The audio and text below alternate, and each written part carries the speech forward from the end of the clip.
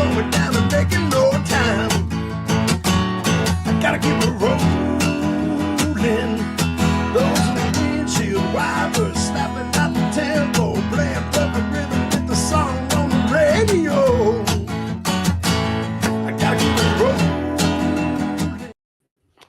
Welcome everybody to the Rideshare Rodeo audio podcast. My guest this week is both a friend and a mentor to me. He's been on the podcast a handful of times, and actually we do another podcast weekly. So if you guys are not familiar with that, it's already in the show notes. It's called the Be My Own Boss podcast. You can find it on YouTube. You can find it on Spotify and soon on other audio platforms. There are a couple others, but just we'll leave it at Spotify for now. And then all of Mike's information, in case you're not familiar, is all going to be, or it's already in the description of this video. His Twitter account, which he's very active on, and New Jobs America, as well as the YouTube channel. So Mike Hruby, welcome back to the podcast. Thank you, Steve. It's a real pleasure to be here. And hello, everybody. Yeah, what's up, Traveler? Hey, Rick and Joe Rubino. I appreciate you coming in. You were in. I had been reaching out with Joe a little bit lately. Joe is a I don't want to get it wrong, but he's a lead reporter over at the Denver Post, one of our biggest publications, and I've worked with him on a few articles. And I was turning him on to the illegal accounts story that Luis had done. And I don't know what he did with that, but I know he helped that word get out to some other publications. So thank you, Joe. Really appreciate that and you being here today. Hope you just stay to join us a bit. Hey, Bubba Sue, and hey, Ellen. How are you guys? And hey, Carnifage. So Mike, as soon as we were done with the other podcast, I had to make it private because I'm going to have to re-upload it because we left the mic hot and didn't end it. Oh. Okay. So if you guys heard any opinions from us, you can't go back to it now. It's locked down, and it will be back up when it's just where it should have ended. But there was probably a couple of you in there. We're going to run it through the dishwasher a couple times. And again, nothing I'm embarrassed about or that Mike would be. It's just like, that's some stuff we were just talking between us. Some things we sometimes don't put out there. So. Shop talk. It's shop. So again, though, the burn is to all of you watching this or watching this on the replay or listening to the audio, it's gone. You missed it. But if you were in there, Ellen says, laughing out loud, I saw it was going live after you ended it. Thank you, Ellen. It said live, Ellen. It said live on the control, and I was like, "It's the 37 minutes. What's going on?" But he knows what he's doing, so clearly not today. But tomorrow is the big day, so everybody first get out and vote. But also, I was saying this before on the Be My Own Boss podcast. I cannot wait for this to be over. I just want to get past this. Steve is not fooling boys and girls. Steve really wants the election to be over, and he's really the same person in private as he is in public. He's like, can't wait. And so Mike, before we even get into anything here, I wanted to show you this because this is troublesome to me. This is, and I'll read it in a second, but I just want to put it up because anybody can take a screenshot if you want. It's the actual, it's a question on the Denver ballot. So it's referenced question 2T. Now here's the question. Shall the charter of the city of and county of Denver be amended to remove the requirement that police officers and firefighters be United States citizens? Oh. That is no joke. I had to say no on this. I had to vote on this. Are you kidding me? Like you're going to have Tren de Aragua. You're going to have them going into your, and we're going to give them badges and guns. Yeah. What could go wrong? I mean, this is not a joke. You can ask anybody in Colorado. It's 2T. This is it. It's on there. It's real. I thought Massachusetts was bad. And that's page 5. So like we were talking about earlier, how you had 2, they're really thinking you're not going to get down to this. So guys in Colorado, if you're voting, vote no on 2T. Knock that down. It's only, I mean, it's minimal words. It says exactly what it is. It's transparent. It says, hey, should we let all the undocumented that we brought up here be firefighters and cops? No. I thought they needed to go. I thought we were trying to get them back out of here. I mean, no, I don't think they should be our police. Call me a jerk. I don't care. Like that's just how I feel. I mean, if you're vetted and you're from a different country, all of us are. But if you're here legally, yes, then yes. If you're not, no. That's an easy no. That's not even thinking about it. That's no. But anyway, I just wanted to show you that because I thought, how ridiculous, man. I don't know if you remember, Mike, I had sent you an article about that exact thing a while back. This stuff horrifies me. This is not public service. No. It's really more like public servitude. Yeah.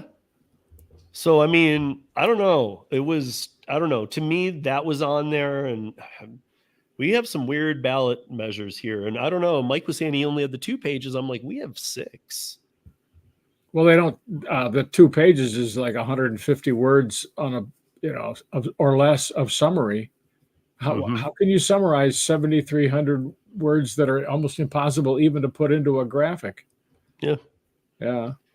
No, and some of the ones that we had too were tricky. They were definitely ones that you had to read 2-3 times to make sure that you understood it, even if you did get it the first time. So I hate those kind of things. I don't like that kind of stuff. And it's not only to understand the wording, you have to think seriously about the implications of a ballot question.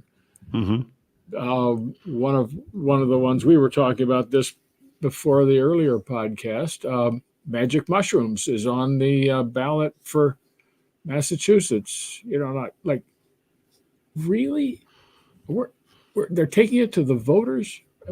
They never learned anything from marijuana and all this other stuff that they're approving. Like, that hasn't gone well. Like, the crane operators are terrified of this stuff.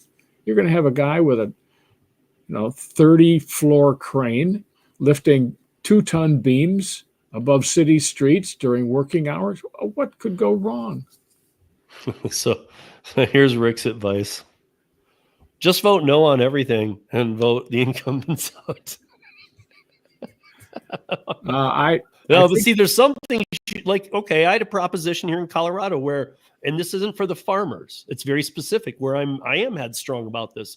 No more poaching and killing mountain lions, bobcats, bears. I mean, if you're a farmer and they're on your property, that's a different story. How about squirrels? I don't.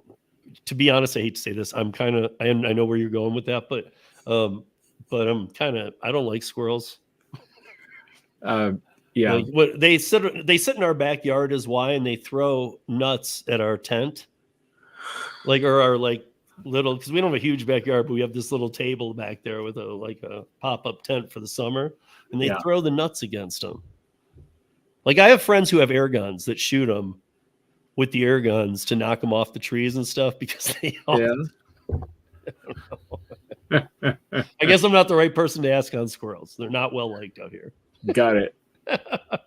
But we love our mountain lions and our lynx and our bobcats and our moose and people shouldn't just be hunting those. So that was a very important one to me. You had to vote yes on that. So again, an example anyway of why you maybe not know on everything. But I think what Mike and I were saying in the last piece was that if you are unsure, no is probably the safer bet. Generally, yes. So, but yeah. Anyways, I want to go through, while we're here today, I want to go through a few things. I want to start by, because you guys know on the Be My Own Boss podcast, we've gone through a lot of this stuff. We talked about the Boston Massacre, as Mike dubbed it, when it was going on.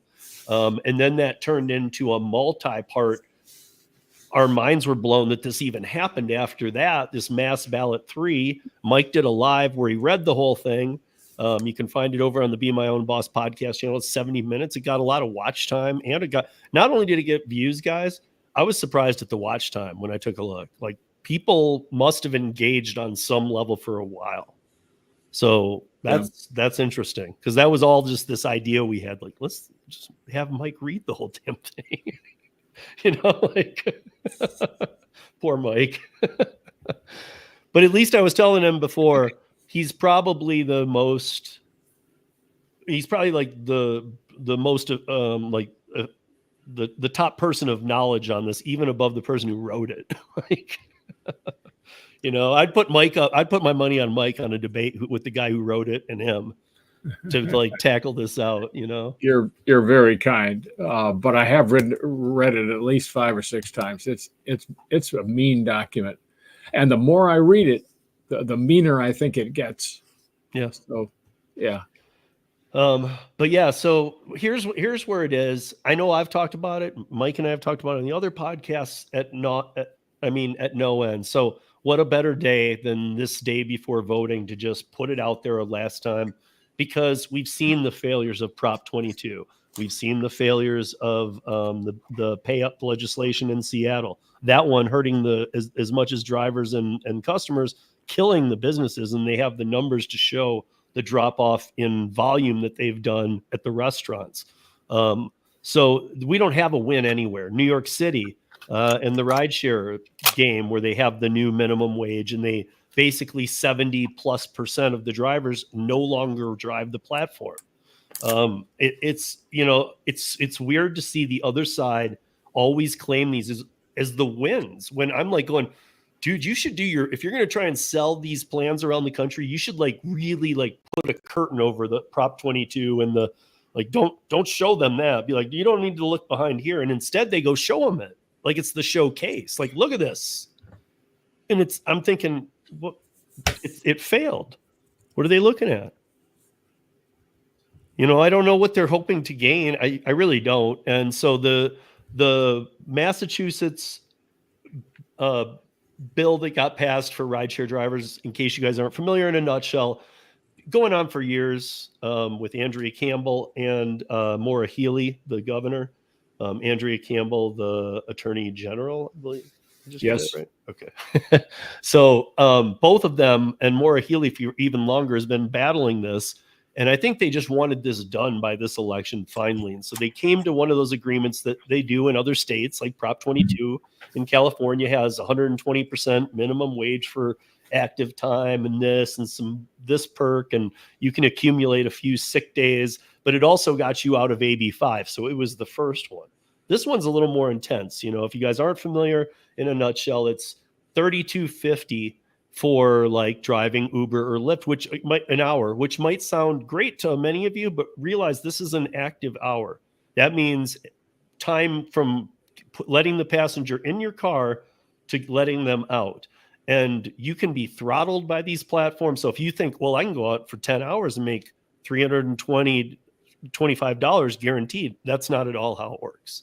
Not at all. You'll be maybe making $100. Whereas before they put this in place, the drivers I know who went out for 10 hours in Boston made more than $325. So what they're guaranteeing to some is literally just, it hurts the real drivers, and it lets some others think that they can earn that, but that's not what you're going to earn. And the health stipend week, what they do, the other things like really don't have value to me anyway. I don't know, Mike, before we move into the ballot 3, like what is your take on that first part of what you remember from the settlement? Yeah, just like before you and I even saw ballot 3, like when we were talking about it and the feelings we had. I thought it was an amazing effort to publicize to the business public of the nation how awful the ABC test really is, and how excruciating, even for a big company, that penalty is. I think it's an attempt to intimidate by settlement every small and medium-sized, even many large companies, intimidate them from having any independent contractors. It just says, we're going to get you. And we don't care. And you are not big enough to afford it, because we're going to take every dime we can. And then they've made it worse because they forced Uber and Lyft. They probably traded, negotiating points for it. They made more insurance benefits part of the program, which means that future payments will be based on a bigger base of so-called missing wages, unpaid wages and benefits. But we also know the drivers get tricked, and they're told, you should love this. Why? Just, look at all the balloons we got. Like, okay, well, no, push the balloons aside and look at it, because it's not good.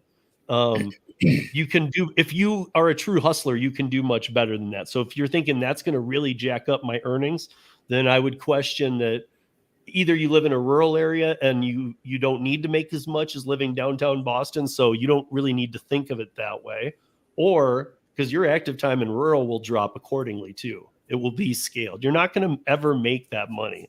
And the real drivers I know can make upward of $50 doing rideshare in Boston. So now the other thing becomes they can't, because we've always talked about floor meets ceiling. When they do these, every time we've seen it, that $32.50 is now the magic number. Anybody working active hours will get $32.50, no more, no less, because they'll pull it from a driver that's a hustler, like a Ron Go Gig It, and they'll give it to the guy who's $12 short in that active hour. Yeah. There's not going to be those days where you can go, I'm going to go work the midnight shift because I almost make $60 an hour on the weekends. Won't be worth it anymore. You'll make $32.50. That's it. But yeah, I mean, I guess that's about it with what happened. And that was supposed to be the agreement, but then comes in a curveball here where, and then I want Mike to try and explain this because we've been talking about it so much, but where it was like the Massachusetts wanted 6 or 7 things from Uber and Lyft. We need this, we need this, all the things they needed. Uber and Lyft had one together. No collective bargaining / unions, period. And they agreed to that in the 6 or 7 things they needed, plus that. So then enter Ballot 3. So this is where I'll let Mike take over for a minute, because Ballot 3 just broke the only thing they asked for. So I think this has been cooking. The Ballot Question 3 has been cooking for almost a year, maybe more, because I first heard about these last year. Excuse me. And Uber and Lyft had 5 ballot questions that they wanted to pass to consider putting on the ballot. It's a very complicated arrangement of timing and support and signatures and everything, and approvals for both sides. The unions had 5 different alternatives, and Uber and Lyft had 5 different alternatives. And in the course of the ballot approval process, recognition, mm-hmm. they worked it down, and they had I don't think every one of each party's proposals was approved for the ballot, but I know at least one was for each party, a minimum of one. Mm-hmm. So now you've got Uber and Lyft in a lawsuit with a gigantic final settlement of $175 million in cash paid to the state of Massachusetts, and then subsequently partially divided. Which none of what I was always under the impression that was supposed to go to I mean, I know they'd screw with it, but I always felt like that was supposed to go to the drivers. I don't even know if any of that reaches the drivers. Some will go to the drivers. Some goes directly to Andrea Campbell's shop. I mean, that ought to be not allowed. I know. I'm laughing because I feel like that's where things have gotten to these days. Like back in the day, maybe we weren't as advanced technology wise, but they would never. And now they're just like, dude, forget trying to like cover it up. Just put it right in my account. Right. I don't care. Like, isn't there a board that's going to look into this or something? Because this is not right. Not in Massachusetts. I know, but this is just not right. They're all got their nose in exactly the same trough. Anyway, as part of the settlement, Uber and Lyft agreed to withdraw their ballot questions and not propose them, although at least one was approved. And I think the tit for tat was that the other guys would not, but the other guys withdrawing, there may be some restriction against that kind of agreement. It was specifically discussed between Uber and Lyft and the Attorney General's office that the other side the union side would withdraw their ballot question. So first, Uber and Lyft agreed to it, and literally within a week, Andrea Campbell, the impartial justice arm of Massachusetts law, said, "Oh, look, we've approved the ballot question for the unions, and I'm also a big fan of unionization, so I get behind this, and we hope all the voters vote for this." Well, here she's working against one of the two parties that she's supposed to be, she didn't have anything going with the union except that they finance her, but she had no settlement issue with the union. So this is completely an abdication of her responsibility to the public. Someone else should have made that decision. I don't know what she was before Attorney General. I remember when Maura Healey was Attorney General, and I felt like she was more evil than Andrea Campbell. But I feel like Maura Healey advanced to governor and then brought in Andrea Campbell, like almost like the I'm thinking of Star Wars right now, like the Emperor and Darth Vader. It's like Maura Healey has a public persona. I have no idea what she's like in private. She has a public persona of being exceptionally passive. Really? Exceptionally passive. And she does what she's told, and that's what she does. She's not an energetic Teddy Roosevelt type of, Well, she backs everything union. Yes, well, they pay her. They paid her way, so she's a governor. I mean, she's a doormat, as far as I can tell. And Andrea Campbell has got a little more spunk to her. I mean, she actually goes out and kicks in companies. And has a certain zest for punishing. So you got to wonder, some of these people are kind of strange, but Andrea Campbell is tough.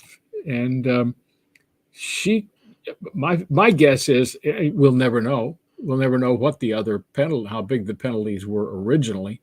But my guess is that it was what got the board's attention was probably a threat of $600 million. Even Uber and Lyft can't afford that kind of, funny money. So they worked it down by offering various, consolation prizes to the, like something threats and counter threats and meetings. And that was resolved. And then right away, wasn't even, the ink wasn't dry on the newspaper before they came out with this, and Uber and Lyft have got to have felt completely betrayed, because now their enemy that wants to unionize them and negotiate against Uber and Lyft, nominally, is now in the driver's seat, and with the approval and endorsement. It wasn't just approval, it was the endorsement too. I endorse this ballot question. Oh, can't make it up. All right. So now we have to go and say, well, what's in the ballot question? And it's actually quite hard to find. You have to really probe for it. So we got our own copy. We dressed it up a little bit so that you could actually read it if you had to. And we put it on our website, newjobsamerica.com. Go to news and look for it. It's right there, one of the top 3 or 4.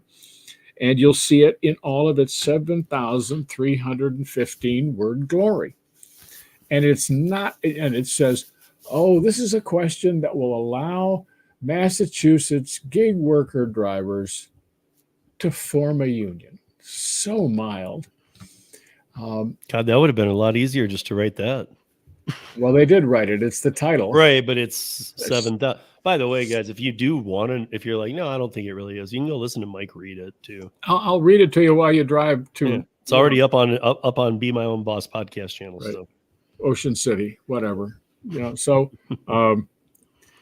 it's something to behold. It's incredibly complicated. There's a 291 word sentence in there, and it's clearly written as an insult to everybody who's involved. It's an insult to the public that you'd write something like that. It's an insult to Uber and Lyft. It's an insult to the drivers. It doesn't even imagine that the drivers have a status already in labor law, and that's of independent contractor. That's a status. They pay twice the taxes that face value that other workers pay, because they're also their own employer. So double taxation doesn't bother anybody in DC or the state. So they create this bill creates an industry. It says it's the digital transportation industry. Well, it sounds like they're moving digits around, but no, it's people who use the app, which is not an industry at all. It's a bunch of customers for an app who use it as part of their one-person marketing function to go find paying customers, which are called passengers. And then it insults the voter by loading them with this 16-page single-spaced text. How many words is the Constitution? I have no idea, but this is multiple. I'm just trying to put it in perspective. I don't know. Somebody else can look it up in the chat. You keep going. Somebody look it up on DuckDuckGo, and yeah. GigWise is working the numbers. GigWise, if you have a chance. Yeah, but did you see he got word it wrong? count of the Constitution and the Bill of Rights? He actually did his math wrong, because it'd be 101 left over. He's missing $1 million. He must work for the state of Massachusetts. No, it'd be 100. Oh yeah, but it'd also be 101. It's got 99. To make that math work, it would have to be 1,100,000. Right. 1,000,001. 101. Yes. Sounds like binary. 100011101. God, that number looks big when you put it out like that. Yeah. Okay. Anyway. Back to the story. So this thing is just loaded with insults, and you just have to put up with that. And then you have to figure out, what does all this really mean in practice? So let me just give you a little rundown of some of the highlights. First, it invents this digital transportation industry, and it applies only to passenger rideshare drivers. So it doesn't apply to food delivery, although with a keystroke or 6, you can change that. So right away you can see that this is a dynamic document that's intended to do other things that are not in the wording. And before he goes on, to those in the know or wondering, that's exactly what Seattle did. First they did rideshare. It was like 3 months later came in just underneath that. Like, we're bringing food delivery in too. So. Yeah. But that's not, this is the worst. It's a carve-in. We're just gonna control several people. Like, we're gonna do water controls for all the people whose street numbers are bigger than 2,500. Mm-hmm. What? That's not a community, Okay. Then the next thing is, it forces independent contractors to unionize, and people take issue with this, but that's what it does. It forces them to unionize. They're not allowed to unionize. So there's a giant antitrust issue embedded in this thing, and the public is required to vote on it to have any sanity about this program at all. The program loves Uber and Lyft. Like, I got to drive, program. This is so destructive. The public loves independent contracting. They love self-employment. They love Uber and Lyft. They like their drivers. They call them and they make arrangements. And all of this, the unions are just belly flopping right into this so that they can get their cut. All right. It forces them to unionize. That's antitrust. And you say, antitrust, that'll stop it. I go, well, no, because it exempts itself from the antitrust laws that are both federal and state.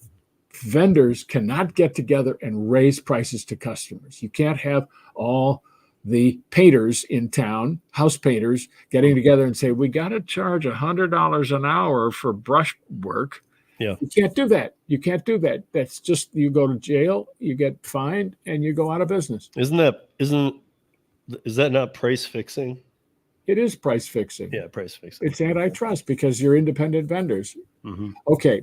It just exempts itself. It's like magic. Nope, this doesn't apply. The federal law doesn't. You can't do that to federal law. If it were, the whole world would be different. But the feds don't like you to ignore them, even if you're a fabulously powerful state like Massachusetts. All right. Then it also, because they've got the drivers all unionized, a long battle ahead, and someone's got to fight it. Otherwise, it'll just be on the books as an error, and it'll stay that way. It introduces something, this people's eyes glaze over, called, there's the 7,500 words. Right, yeah. That includes the 27 amendments. Otherwise, the Constitution is... that sounds a little high because that fits in a little pamphlet. Okay, I'm great. There's this thing called sectoral bargaining. It's one of the clunkiest terms in labor law, and that is that all the companies get together and form a front that will negotiate against the drivers.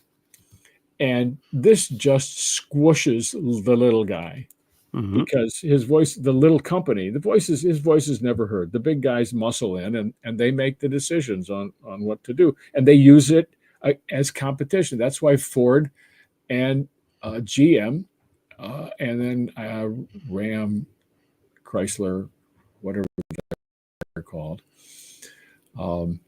Fiat. That's why they actually kind of love this arrangement, because they've squeezed out over the last 80 years every other manufacturer of automobiles in the country. There used to be lots. Most large cities in the Northeast had an automobile manufacturing back in the 20s and 30s and into the 50s. I'm born and raised in Michigan. My whole family comes from Detroit and in Lansing, right. So I'm very familiar. I'm from Cleveland. We were a feeder system for Detroit manufacturing lines. Mm-hmm. So we're just going to, and it doesn't mention the term, so you can't look it up and know sectoral bargaining. So this is a really clever thing, is we're going to do something but not name it, so you can't learn anything about it. Well, that's price fixing, and what are they going to do? The unions and the companies are going to get together, and they're going to lower the driver's overall take, and they're going to charge 100%. They're going to charge the public more. 100% again. Because instead of two people, instead of got drivers negotiating with the platforms, you've got the drivers negotiating against the platform and the unions. The unions are there to take money from both parties. They're dishonest brokers by and large. We don't have competitive unions. If we had competitive unions, it'd be completely different.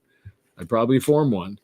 Right. Or at least, I mean, I don't know if that also, if competitive includes this, but you and I have talked about this many times. Mike and I aren't against every union in the world. There's a time and a place, but for this, I don't see it being ever necessary in the gig app based platform space. But even if it was, just make it not forced. Don't force it. The unions know this is a problem, because they very carefully made sure that everything that happens is going to be called exclusive representation. That means the union has no competition and almost no chance of being thrown out. And also dictates how and when you'll work, in essence, because they say strike, you're striking, you're done. Right. You're not gonna work. We're gonna beat you over the head if that's what you do. Right. Yeah. That's cool.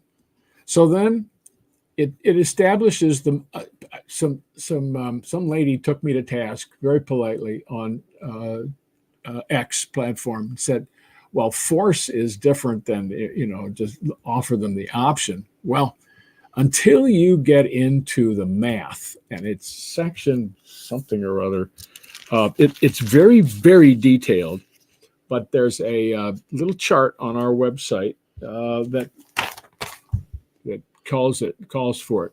They start by saying, okay, all drivers are going to be in the union. Like, okay, fine. Yeah, well, not fine. I don't want to be in it, but right. Well, it's clear. Yeah, it's the only clear statement in it is that all passenger drivers using, passenger drivers using apps will be in the unions right up front. And then it says, well, now that we're going to give all the private information to something called the Commonwealth Employment Relations Board, which is 3 people appointed by the governor, Maura Healey. Mm-hmm.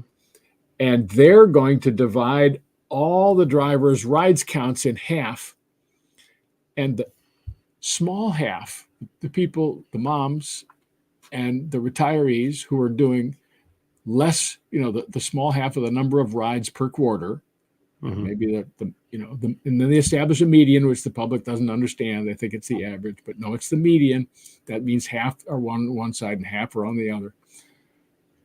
The guys with low ride counts are never going to vote, ever. We've got a chart on it. There is no opportunity for them to express their opinion in the slightest. And some of those people are the most dedicated people to these platforms, no matter what they've put them through, that I know. Like, I know some people who work every Friday, Saturday from 5 to 10. That's the only time they have, Steve. Right. That's my point. Or like, I know some retired people too, Yeah. who go out for those 10 hours a week. This is where Right. I make some money, and it's like, it's their schedule. Even Uber and Lyft can count on them to be on. So, but the title doesn't say allow half of the gig workers to form a union. No, that'd be too weird. Right. And they have to get sneaky about it. It would cut back the take, because all of them are going to be in a union. They're all going to have to pay dues. There is an opt-out, but I want to see. Right, but with time, when they start like going, okay, now you got to schedule, just like New York did. You got to schedule blogs. All of a sudden, like you were talking about, or I was too, like the 2 night a week, or the mom who works 1 day or 2 days a week, they're not going to be able to get a block. Right. There's going to be none left by the time it trickles down to them. And that's fine with the unions. The unions have used independent contracting restrictions to drive women and moms out of the labor force. They want to shrink the labor force so they can raise rates and take part of the gimme on the top. What is the beef with the unions and the women, by the way? Like, why would that be a thing? There's more women than men. Yes. I mean, well, we're going to learn a little bit about that tomorrow, Steve. Yeah, I mean, but it's just weird. Like, why, again, here we go. Like, why are you excluding half of the people? They want the market, they want the labor market to be smaller, and to companies to have to pay more to get one person in as an employee. I get that. But again, why push out just the moms and the women? Are we still in that sexist of a time? They have no practical alternative, Steve. This is the best thing. The independent contractors. I get what they're doing. Take the people who work the most. Right. I mean, that's how we have to make sure that they're not taken care of but well enough to stick with it. Well, but they're the important ones, sadly, not everybody. All right. No, I'm just saying because if they're not getting any say in this, we've already seen in other markets where if you're one of the people who does 4 hours a week, maybe you're not getting any anymore because they just don't need you anymore. Take a look at the crane operators in the ports, right? Yeah. Those guys are making $500,000 a year. Mm-hmm. Are they making $500,000 because there's nobody else that can run a crane or drive a truck or a lorry or program anything? No, they're doing that because there's a huge scarcity, and they've got seniority, and they've got, their unions are in charge of the whole damn thing. Pardon my French. This is about shrinkage of supply and raising the cost, and then taking advantage of the difference. It's the stadium. If the stadium didn't have a fence, they couldn't get a dime for the people to watch from back further. All right. Now, 25% is all that's necessary. If they approve a card check, then the union is in. It's exclusive. Everybody's a member of it, and they 25% of what number? Their sample size? Active drivers.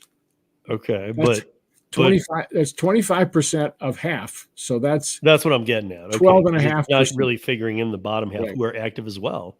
Right. They're just not active enough. Now, that's on what's interesting is that the small number of people that it takes to approve it. If that fails, if the 25% card check test fails, but if actually 5% approve, then a union is designated, but not exclusive. And then the board that we talked about, the Commonwealth Employment Relations Board, calls an election of the active drivers. But by this time, people are they're not into more elections. So I'm already in the union. I'm going to be there. So they don't care. So voting activity in this election goes way down. And remember, only 5% of drivers approved. So there are a lot of guys that aren't going to make the election. So you could have 20 people voting then. And if the majority of the voting active drivers approve it, which could be 2, that's the lower limit. That would be 2 out of 3. If there were 3 voters, 2 would decide. Then everybody join the union and be it exclusive. This thing is like chutes and ladders, where everything is a chute. There's no ladder. You just can't get out of it. Okay. So the unions have 2 ways to win this. And later, if they want to decertify, you really have to. Paragraph. If you have to read one paragraph in this whole document, read section 5, paragraph D4, B as in boy, small b. Because it says if 25% of the active drivers, remember that's the 25%, that's the half, support decertifying a union, then the board then calls an election. And if a majority of voting active drivers support the union, it remains. So it flips at the end. You're not voting against the union, you're voting for it. But that means the union can stuff the ballot box with its, chosen trustees. It pays people $50, go vote in this election. And if I don't, if you don't, I'll see you with my big stick. Yeah, we get your addresses now. We'll just be over to your house. Right, we've got your address and your phone number and your email. We definitely know where you live 24 hours a day. Yeah. So that means that it's a roach motel. Lines 6 and 7. There's a roach motel built into here, but it doesn't say Hotel California on it. Anyway, all right. So go ahead. Go ahead. Those are the low thresholds for voting. Everybody says, you can't lose if you're a union. Okay. Okay, so we got a union. So is that the end of it, Mike? No. Sorry. There's more. No, in fact, I think we're headed in the direction of where if you caught the after talk we had after the Be My Own Boss, we got into maybe not right now, but what could happen here. Well, here's what's going to happen. The union and the drivers, supposedly, and Uber and Lyft and all the platforms, but it'll be Uber and Lyft. They negotiate a settlement, okay? Now, is that the settlement? No. It's a recommendation, and it's passed to the Secretary of Labor of Massachusetts. Who? Never heard of them before. Are they elected? No. They're appointed by the union. They're a union lifer. They're going to be another Maura Healey. It's Marty Walsh. Oh, it's someone I thought he went to the NHL or something. He did. Look. He went to Griftland. Oh my goodness, this is so. And the Secretary of Labor has the power to do anything he or she wants with this. She can rewrite it. She can say thanks a lot and write it herself and then impose it. There are no restrictions on it. Like in terms of even flipping it 180 degrees and going, nope, yes. I want the opposite. And here we go. This is it. There's nothing about fidelity, or minute details. None of that. There is nothing about this that restricts. So it's basically the union can write it themselves, hand it over like they to the Department of Labor, and that's what's going to come of it. They can raise I mean, they can raise dues, they can reduce flexibility, they can do every horror show. Okay. And also, guys, Uber and Lyft can leave. I mean, I don't want to see it come to that. I'm just saying we've seen this before. I gotta say, something tells me that some state is gonna force that issue, and Uber and Lyft are going to leave. Yeah. And then if they do, then the little guys are left. Yeah. And they can't handle the demand. We've seen that even try and play. That doesn't work either. Because Uber and Lyft left Austin for a year. There were 2 up and coming businesses. That's the only market we've ever known them to leave. They begged them to come back. And the 2 rideshares that were there, who actually were doing very well when Uber and Lyft were there, both went out of business with them gone. That's just too crazy. There are a lot of conventions. The public loves Boston. They want to come and get that chowder and their lobster, and they want to come here and they want to walk around in cute little streets with a red stripe down them, and they go Freedom Trail and look out the window that looked at Paul Revere or whatever. They just love that. Downtown Boston is delightful in the summertime. Absolutely delightful. And all these organizations that host, software places that hold conferences and human resources and industry associations and attorneys, doctors, dentists, lawyers, all those people want to come to Boston, and they couldn't get out of the airport because there weren't enough taxis, and the bus and the subway and everything is horrible. So anyway. I mean, but they also, some of them even have like corporate accounts where they can say how many cars they need when this plane lands. Right. And even that gets backlogged when this kind of stuff happens. Yep. So this is Gigwise says, my father is from Boston and likes his chowder. Hi, John Lopez. How are you? Hey, hello, John. So, okay. So it makes and then once they get this thing installed, it's really easy to make it go any other state and any other occupation. It's just a few keystrokes. When you read it or listen to it, you can hear, wow, if I just said medical industry, I could unionize every hospital. I could unionize the doctors. I mean, it doesn't recognize independent contractors for drivers. They're just those poor, menial, stupid people. But I could unionize doctors just like that. I mean, just like that. Yeah. If AB 5 didn't have exemptions, that's what would have happened in California. But doctors were under it too. Lawyers were. They were just the first ones to get out of it. So by doing a carve-in, they're gonna do the old, eat the elephant one bite at a time. It's politically it's communism because, as they said in the agreement, the Massachusetts state's policy is to displace, very clever statement, to displace competition with regulation. Well, that's the working definition of communism, of fascism. They're just not going to have competition because they're not controlling it. So they're doing away with it. It's a public policy issue. So it's for everyone's good. I've never seen it cloaked so gently.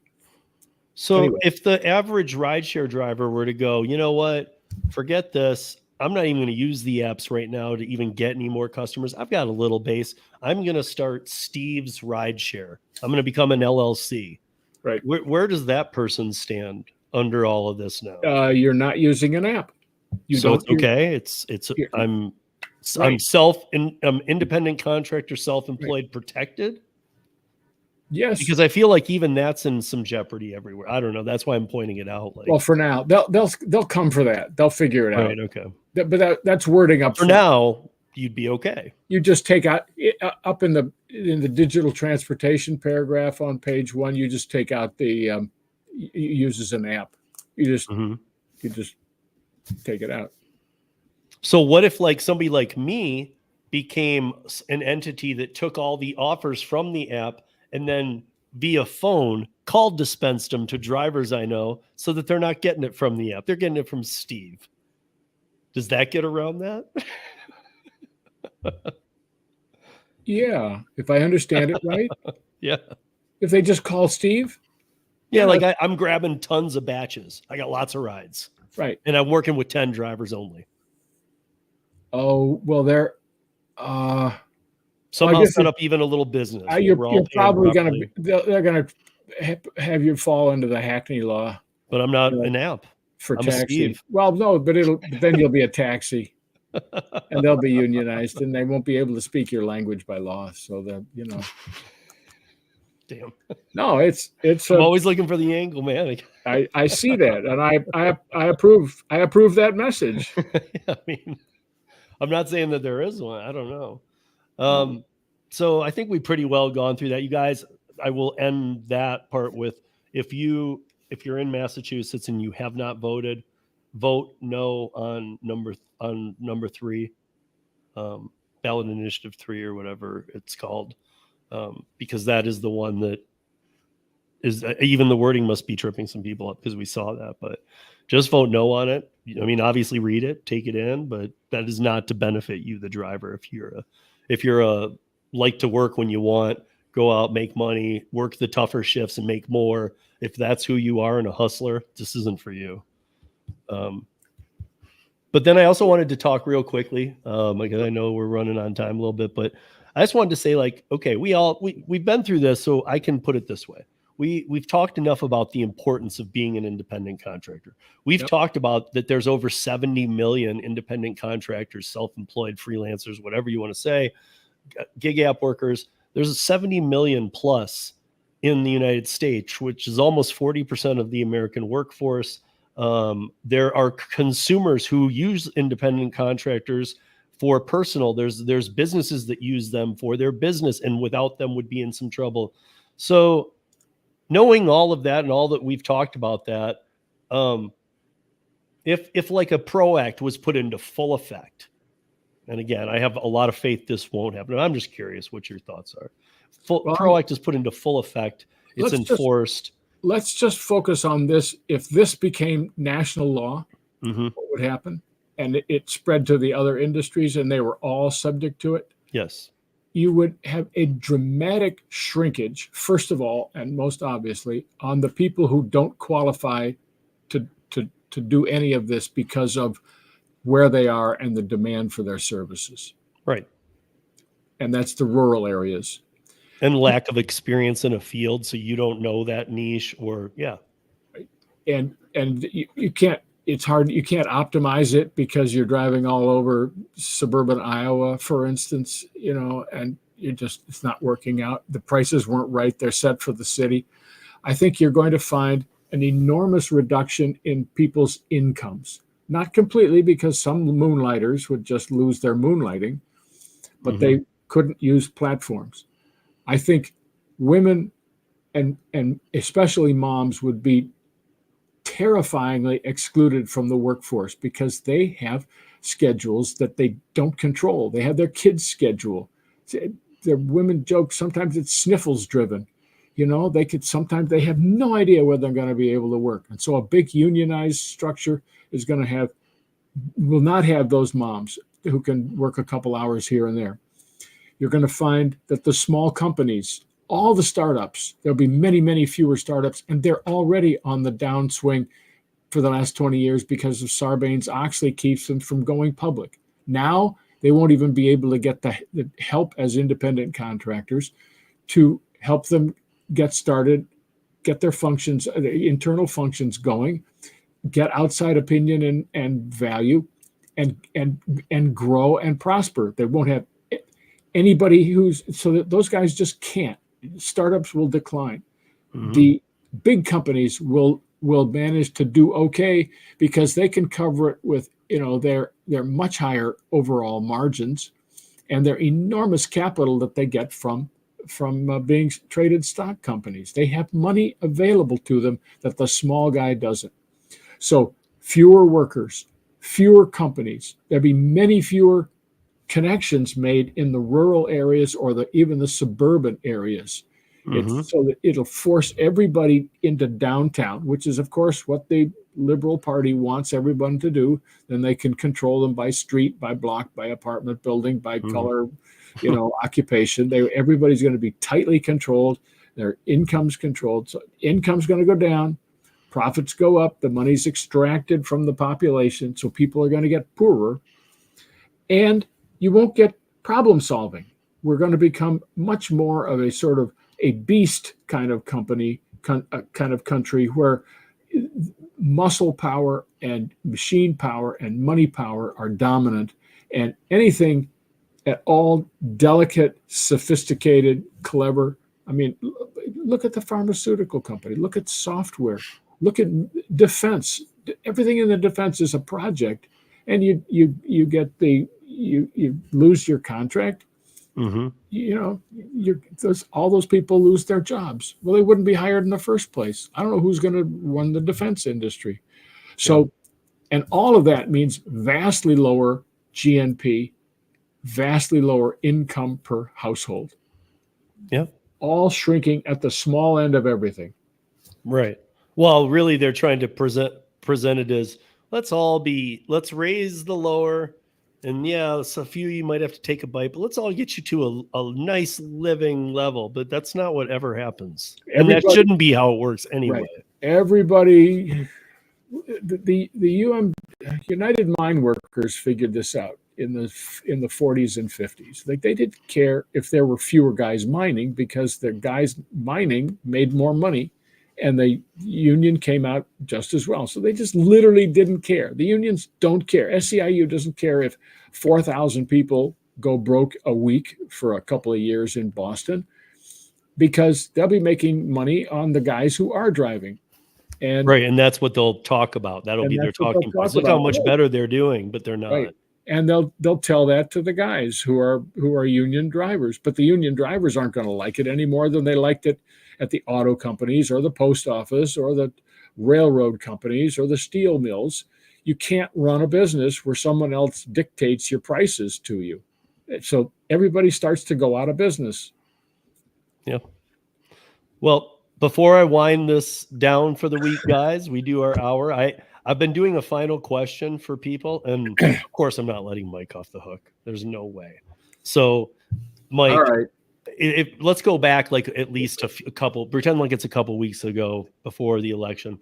If you could have 30 minutes of anyone's time to discuss saving independent contractorship, who would it be and why? Haha. All right. One person that you'd have a one-on-one for 30 minutes, focused. The guy with the most intellectual clout right now is probably Elon Musk. And he's self-employed. But do you think that's who you have the best message to get to, or is there somebody, or maybe it is him? I don't know. Because I already feel like he's on our side. Yes, but he's not doing independent contracting things. He's okay. I think Elon's a fantastic contributor to this nation. I can't. You got a thumbs up. You got Elon for the win. He's pushing he's pushing NASA out of business. Yeah. Yeah, that landing was amazing. Who has bankrupted a government division, a government branch? I mean, it's like an agency. Unbelievable. He could do it anywhere. So, I think he'd be my first stop. If you said, well, he was born in South Africa, so he doesn't qualify, I guess I'd go to anybody qualifies. And you're right. That might be the one, because once he understands something, he can get very on board with it. Yes, I know. Look what he's done with Twitter. I'm absolutely, I'm delighted and astonished. And he's done it fast, because it was within the year that Twitter was agony, because they had the closet left in there suppressing everybody, and DOGE, Department of Government Efficiency. I think it's a government effectiveness, but same laugh.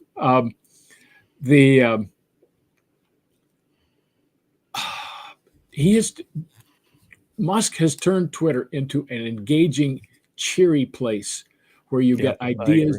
You get so many ideas, you can't absorb them because there are more coming in. Mm-hmm. It is, and I don't want to curse it, but the hatred is gone from Twitter. I don't know how they I clean mean, you that still up. might get a troll here or there. You still might get some, Yeah. but for the most part, it's not just overload. You all get the some time. negatives, but you know that life's like that. So, but yeah, anyway, okay, that's a good answer. good question. I'm collecting all these, so John Lopez gave me one. Kim Cabin said Ron Reagan, or no, she said Barack Obama. And I was really interested in that one because I was like, what are you going to talk him into though? Yeah, because I just don't know if he'll listen. Like he's just listening is not one of his skills these days. I mean, I hear why. I mean, he's a smart guy, but Right. well, folks, that's a wrap for this week. I want to thank my guest, Mike Hruby. That's at Be My Own Boss podcast. You guys can find it and his Twitter and everything in the show notes. And thank you all for listening. Until next week's Rideshare Rodeo podcast, be safe, earn smart, and guys, vote. Gotta vote. Gotta vote. And if you haven't, and you're just thinking, well, we always go through this. My vote. What does my vote it matters? Go vote. Go vote. And if you're in Massachusetts, no on 3. Yes. Thank you. No on 3. Yeah. And with that said, guys, we'll see you next week. And yeah, check out Mike's channel too. Give him a sub, give him a like. And if you need to hear the whole hour 10 of him reading this, it's on his channel. You might want to put it at fast speed or plan on a nap, one or the other. But until next week, guys, be safe. She was just a baby.